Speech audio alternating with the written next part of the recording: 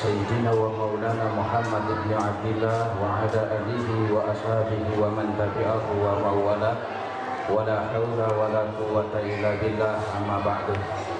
Kita muliakan bersama, kita takjimi bersama orang-orang tua kita yang pencetus, pendiri, pembina, penasehat dan dari di Yayasan Nurul Ikhwan ini, dan juga yang kita muliakan bersama tokoh-tokoh alim ulama masyarakat yang hadir di tengah-tengah kita. Kita muliakan bersama Bapak Kepala Desa atau yang mewakilinya, Bapak DPRD Labuan Batu Selatan terpilih Pak Hendra juga hadir di tengah-tengah kita. Ibu pengawas Bu Fauji dari Kemenak, dan juga Kepala Madrasah segenap guru Nurul Ikhwan, bapak-bapak, ibu-ibu, saudara-saudari selaku wali murid yang diwisuda pada hari ini. Dari saya singkat saja. Yang pertama, kami ucapkan selamat buat anak-anak kami yang diwisuda pada hari ini. Mudah-mudahan ilmu yang ditransfer dari guru-guru berkah, bermanfaat untuk diri kalian, untuk orang tua, keluarga, bangsa, negara, terutama agama. Amin ya Rabbal. Dan juga kami pengurus yayasan memberi apresiasi yang sedalam-dalamnya, mengucapkan terima kasih sebanyak-banyaknya buat segenap pengurus guru, mulai dari Kepala Madrasah Pak Dirawan dan segenap guru-guru Nurul Ikhwan yang telah berjuang untuk terus memajukan Yayasan Nurul Ikhwan ini.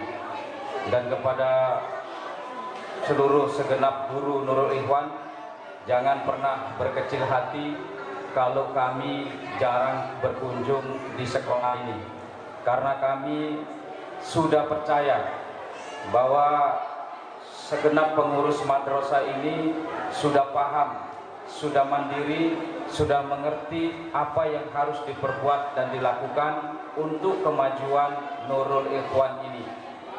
Jadi itu sebuah apresiasi dari kami. Dan juga untuk Pak Dirawan selaku Kepala Madrasah agar terus mengkader guru-guru yang ada, agar nanti ke depannya bisa menggantikan posisi Pak Dirawan sebagai kepala sekolah, karena mengingat usia-usia kami di jajaran yayasan ini sudah mulai ujur. Jadi Pak Kepala Madrasah ini harus nantinya masuk ke jajaran yayasan sehingga kemajuan Nurul Ikhwan ini terus berlanjut, tidak stagnan atau jalan di tempat. Berapa umur Pak Dirawan sekarang? 45, beda tipis dengan saya 44.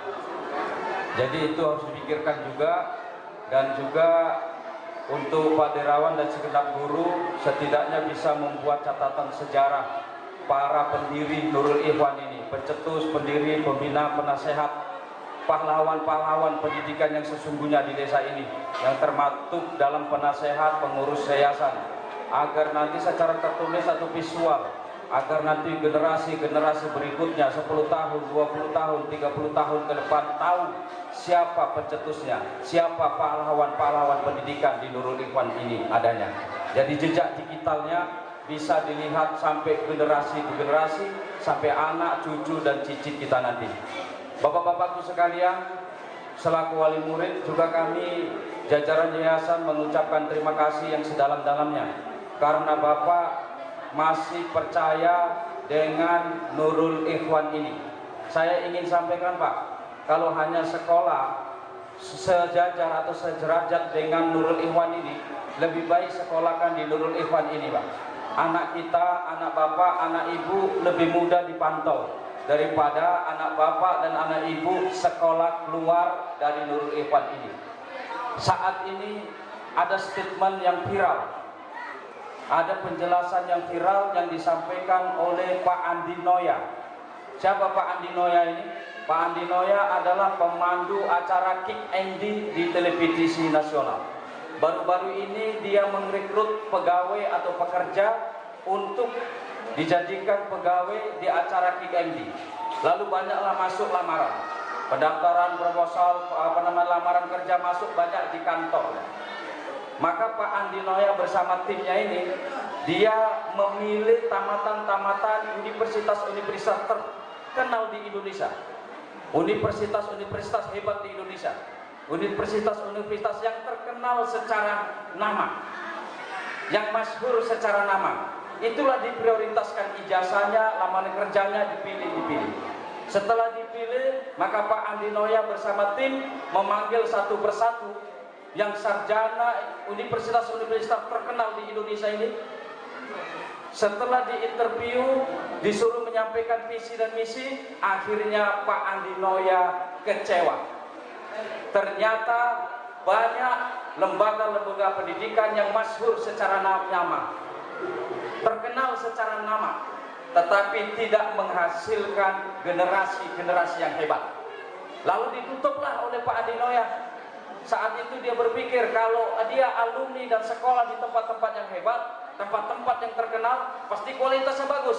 Pak Andi Noya mengatakan, ternyata pendapat saya, pemikiran saya salah 100%.